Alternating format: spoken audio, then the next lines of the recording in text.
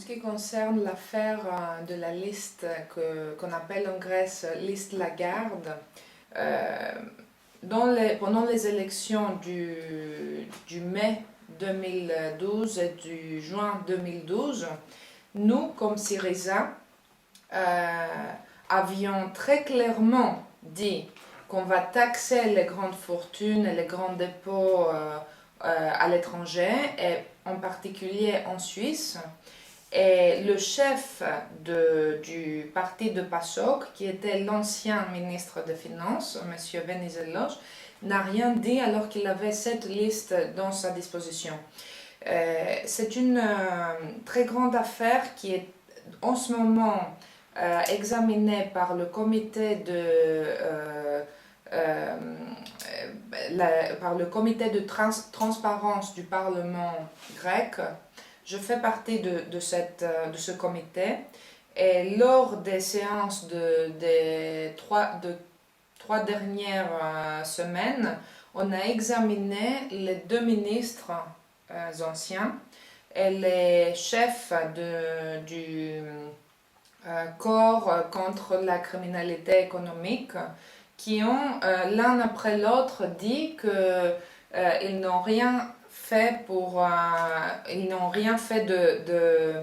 d'officiel en ce qui concerne cette liste, alors qu'ils avaient sélectionné pour eux-mêmes des noms pour faire des enquêtes,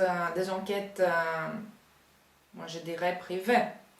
Cela pose un très grand problème de démocratie, un très grand problème de transparence, un très grand problème de corruption. La dernière phase des procédures devant le comité de transparence, c'est que le ministre du gouvernement Papandreou, M. Papakonstantinou, lui qui avait commandé cette liste selon sa version des faits de Madame Lagarde, a avoué ne jamais avoir donné cette liste, la liste originale, le CD-ROM, le CD original aux autorités. Il a dit qu'il a gardé l'original.